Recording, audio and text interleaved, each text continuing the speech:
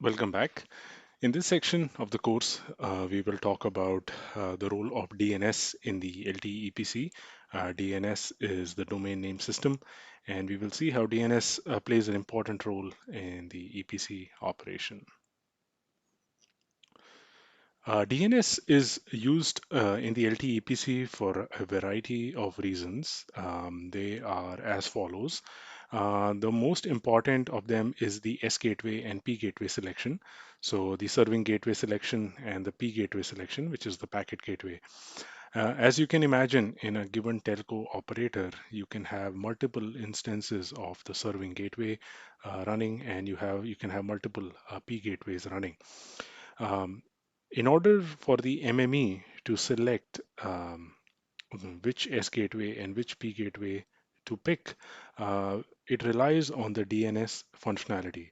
And how it does that, we will just look at in these slides.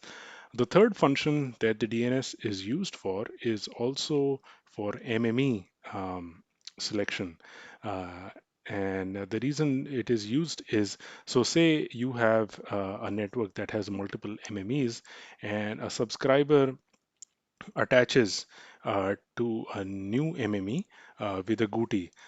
Now, since this is a new MME that has no context for this subscriber, the the MME can actually query the DNS uh, and fetch the IP address details of the old MME. And this is done because of the GUTI. The GUTI in the LTE attach message, you can derive the GUMI, which is the globally unique MME identifier, and construct a host name, and then query the DNS to get the IP address of that MME, and you can go and fetch the context. So the new MME can go and fetch the context from the old MME that way as well. So there are three essential areas where the DNS is used: the S gateway selection, P gateway selection, and fetching of old context from an old MME. We will look at the S gateway and P gateway selection primarily in this section. The MME selection is, there is not much to it, it's fairly straightforward, so we will skip that. So the S gateway selection in the LTE EPC is based on the tracking area code, and you will need to provision your DNS with these records um, for it to work. So if you look at the Wireshark capture from the MME point of view, so say a UE tries to attach to the network using a tracking area code of 3F7C in hex. In that case, the MME constructs a DNS query and sends it to the server and waits for a response. So now let's look at how the query looks like. So the query is actually constructed using the low byte and the high byte of the tracking area code. So whatever your tracking area code is, you convert it into hex, and then you take the low byte and take the high byte, and you construct your host name based on this, and then you send it to your server and wait for a response to come back in. Um, so this is how the query would look like. Um, okay.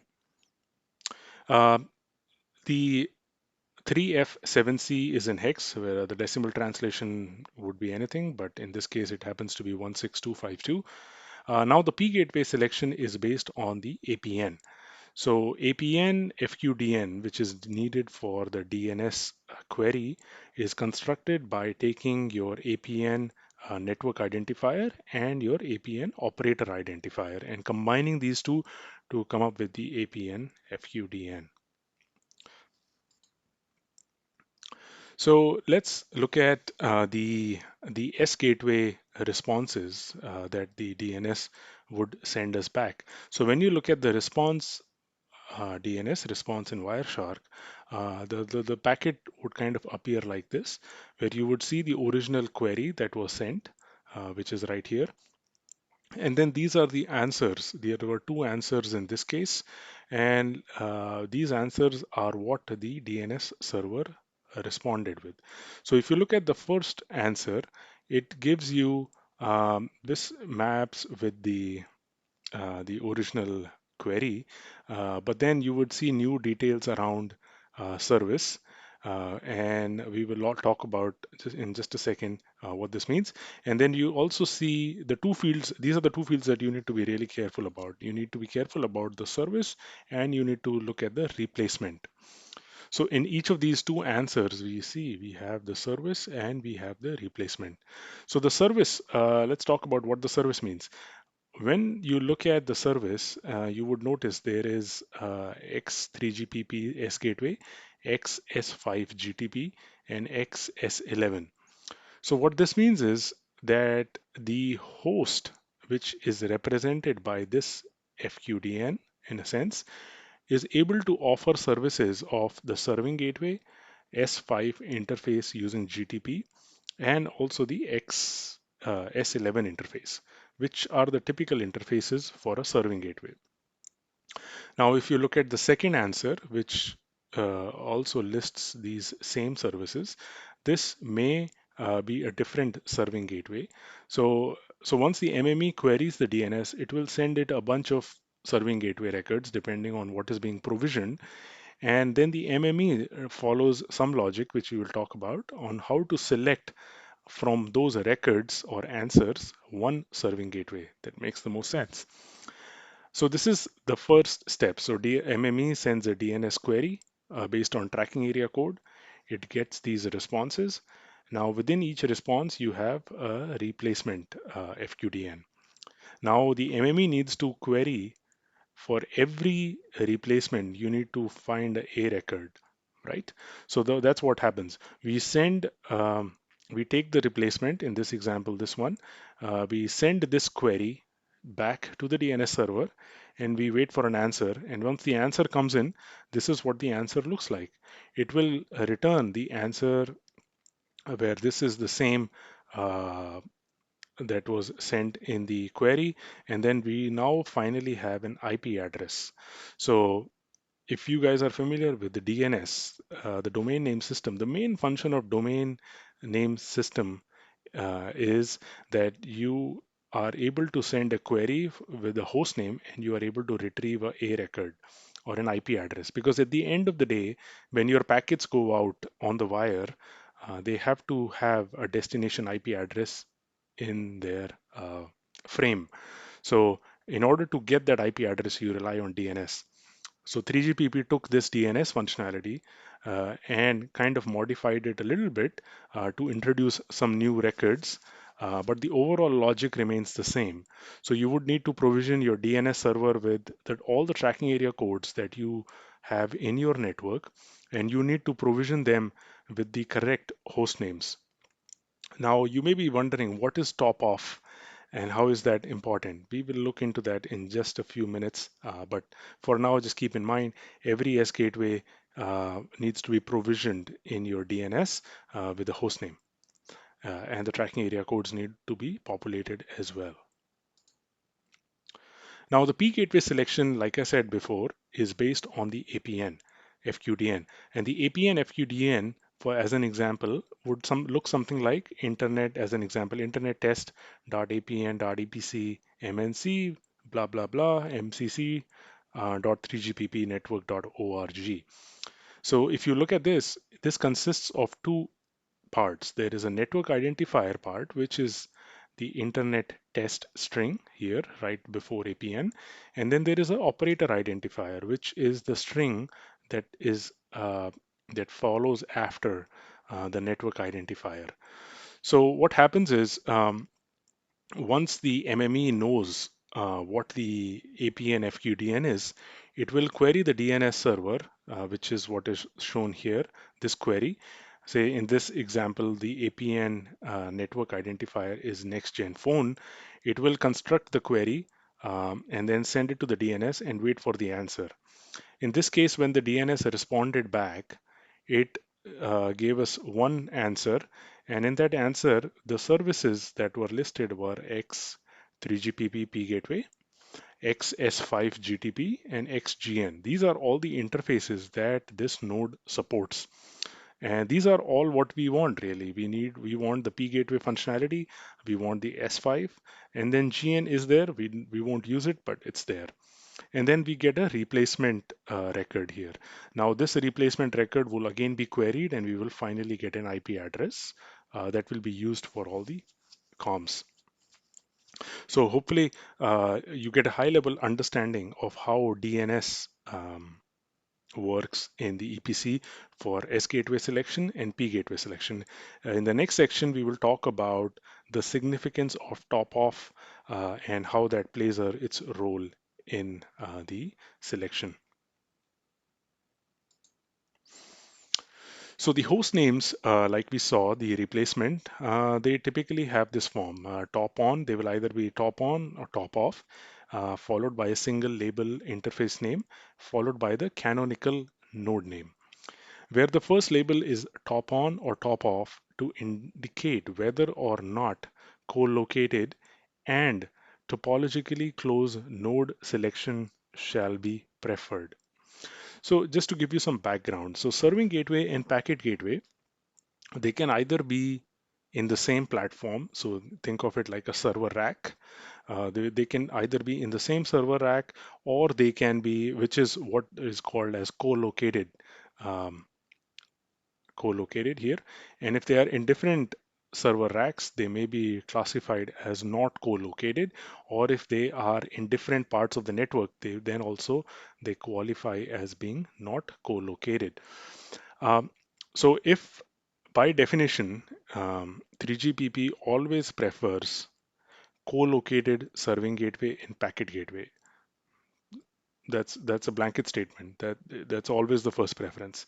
If that is not if that does not hold true, then it will go through the selection of identifying which of the nodes are the most topologically close, and it will start by sorting those pairs and selecting the pair with the highest priority. And let's look into how that is done. So we were talking about the host name. So we talked about top on, top off, what that means. So top on, if you see top on in the host name, that means the topologically close node selection will be preferred. You have to take that into account. If it says top off, you can ignore the close node selection algorithm in a sense, and you can treat it as an independent record. A single label interface name is a single label used to name a specific interface on a node. So you can see, as an example, you can be ETH0, S8, or it can represent an interface essentially. And the canonical node name is the canonical node name of a specific node. So it is the kind of the name of that node. A node shall have exactly one canonical node name, so a host name always includes the canonical name of the node. So the host name and the canonical name are not the same, but the host name always includes the canonical name. In addition, it can include other aspects of that platform. Hence, when comparing two hostname FQDNs to find out whether the nodes are actually the same, the first two labels of the hostname FQDN shall be ignored. Okay. So when using hostnames with top on as the first label, the canonical node names of the nodes shall be hierarchically structured to allow an operator to reflect the topological closeness of two nodes by naming the nodes with the canonical node names sharing a common suffix domain name. Hmm? The number of labels in the common suffix shall represent how close the network operator considers them during node selection. The higher the number of labels in the common suffix, the closer the nodes are. In other words, two topologically closest nodes are those with the longest matching suffix in their respective canonical node names. Okay, let's now look into some examples so that we can understand this concept better. The following list contains examples of domain names where canonical node names are in bold. So if you can have replacement records like we saw in the DNS, they can be of the following examples, right? You can have top on dot eth0 dot gateway 32 dot california west dot example dot com. So the one in bold is actually the canonical node name. So what you really need to find out, if first of all you need if you first look at top on and top off, if it's top off, then you don't need to look into the closeness aspect. You treat it as an independent record. But if you look at top on, that means you have to take into account the topologically closeness in the node selection. Now what we'll try to do is we'll try to see which of these nodes are closer to each other than the rest of them. So if you compare top on ETH0 and top on S8, if you look at their canonical node name, they are exactly the same. So what that means is they are pretty close. They are pretty close, right? Um, and since they have the same canonical node name, that means that they are on the same platform. So in this example, this and this are two different interfaces on the same node because the canonical name is the same. So they are kind of co-located. You can think of them like that.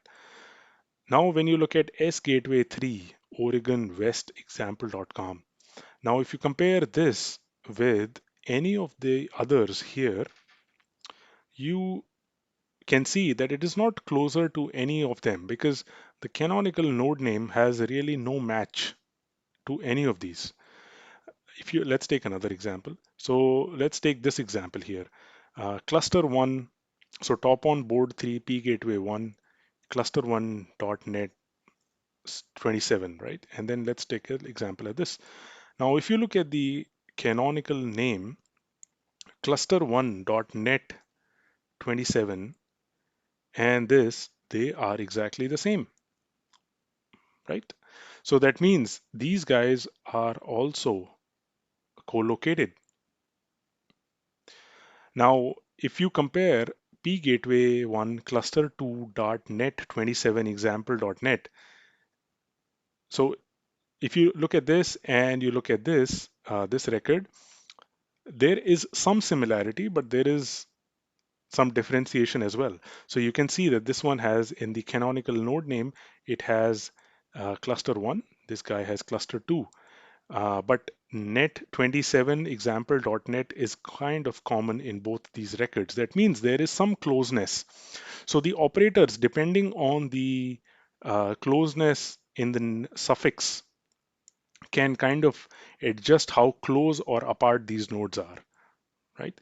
So that's what we have listed here. On the other hand, this is topologically closer to cluster 1 net 27.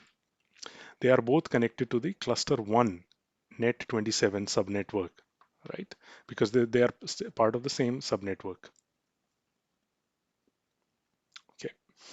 Um, then the P gateway 1 cluster 2 net that is only connected to the wider net 27, right? So we are essentially looking for the longest match. So longer the match, the closer the node is. So in this case, the match was exact for the canonical name. So they were like co-located on the same platform. Here, the match was relatively close up until this point where you were cluster 1. So they are relatively close, but not on the same platform. And then this is not is further because the only common part is the net 27 example.net, right? This part, the earlier part is different, so that means it's a little further. So in terms of closeness, this is the closest, followed by this, and then this is closer to both of them because of the common net 27 example.net. So in this case, if this were a priority, you would select, you know, if this were a S gateway and this were a P gateway, you would select this pair because they are the closest to each other. Hopefully that makes sense. It takes a little learning used to, but this is as per 3GPP. So how does the selection process actually work now that we have some background? So the overall and the final priority is performed according to the following steps. Co-location.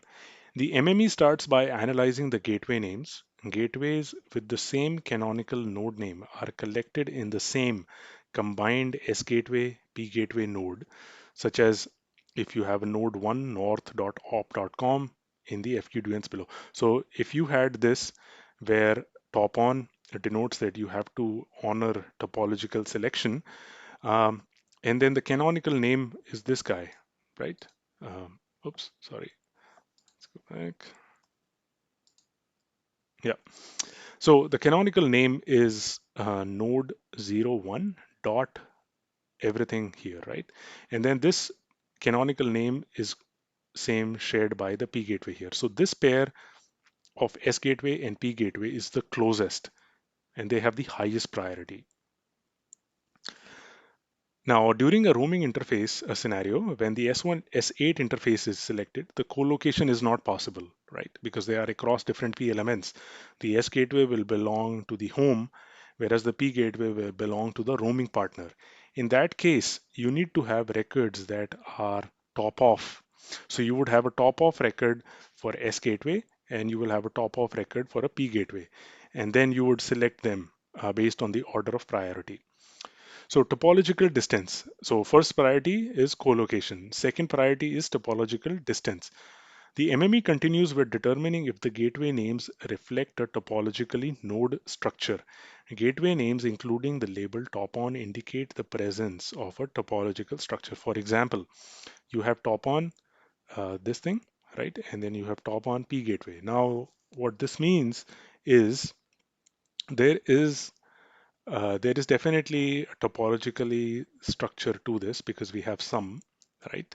The pairs will be sorted with the longest matching parts in their canonical node name. So the canonical node name is the node 01 and node 05 in this case. And we would, the longer the match, the higher the priority, right? Okay, if you have the label top of means that there is no topological structure present and therefore they follow the priority order received from the DNS. So every record that you get, there is an order, a priority order, and then higher the priority order, the higher the you would need to select it accordingly. So if there are say 10 S gateways and 10 P gateways and they are all top off, you have 100 possible pairs and you can select any one of them based on the order priority. So the thing to note here is the highest order or priority goes to co-located S gateway and P gateways, right? If you have top on. If you have top on and there are no co-located S gateway P gateways, then your selection is based on the topological closeness, which is based on the maximum matching in your canonical node name. Okay. And then the third aspect is if there is all top off, then your selection is based on the priority order received from the DNS. So I hope that clarifies DNS, role of DNS in the EPC. Um, and yeah, this is the section about DNS and LTE EPC.